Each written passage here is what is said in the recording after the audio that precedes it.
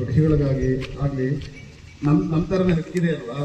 ಈಗ ಬೇಲಿ ಹಾಕ್ಕೊಂಡಿದ್ದೀವಿ ನಮ್ಮದು ಅಂತ, ಅದೇ ಒಂದು ಪಕ್ಷಿಗೆ ಇದು ಬೇಲಿ ಇಲ್ಲ ಅದು ಬೇಲಿ ಇಲ್ಲ, ಇಂಡಿಯಾ ಪಾಕಿಸ್ತಾನ ಗಡಿ ಆ ಕಡೆ ಹೋದ್ರೂ ಅದರದ್ದೇ ಜಾಗ ಆ ಥರ. ಹಂಗಾಗಿ ಅವಕ್ಕೂ ಹಕ್ಕಿದೆ ಬದುಕುವಂಥದ್ದು.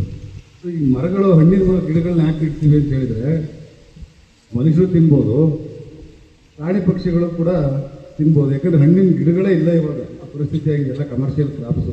ಇಲ್ಲಿ ತೇಗದ ಮರ ಹಾಕಿದರೆ ಏನಕ್ಕೆ ಏನು ಗೊತ್ತಿಲ್ಲ. ಸಾಮಾನ್ಯವಾಗಿ ಹಣ್ಣಿನ ಗಿಡಗಳು ಹಾಕಿದರೆ ಅಟ್ಲೀಸ್ಟ್ ಈ ಮಕ್ಳುಗಳು ನೀವು ತಿನ್ಬೋದು, ನಿಮ್ಮ ನಂತರ ಮುಂದಕ್ಕೆ 50 ವರ್ಷ ಆಗ್ಬೋದು, 100 ವರ್ಷ ಆಗ್ಬೋದು, ಆ ಮಕ್ಳುಗಳು ತಿಂತಾರೆ.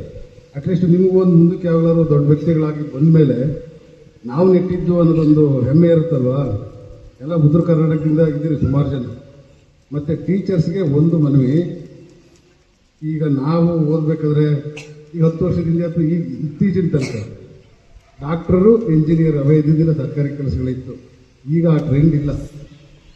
ಈಗ TCH ಒಂದು ಕಾಲದಲ್ಲಿ 20 ವರ್ಷದಿಂದ ಹೆಂಗಾಗಿತ್ತು ಆ ಪರಿಸ್ಥಿತಿ ಈಗಾಗಿದೆ ಇಂಜಿನಿಯರ್ಗಳಿಗೆ. ಯಾಕೆಂದರೆ 1 ಲಕ್ಷದ ಮೇಲೆ ಇಂಜಿನಿಯರ್ಸ್ ಬರೀ ಕರ್ನಾಟಕದಿಂದ ಬರ್ತಾರೆ.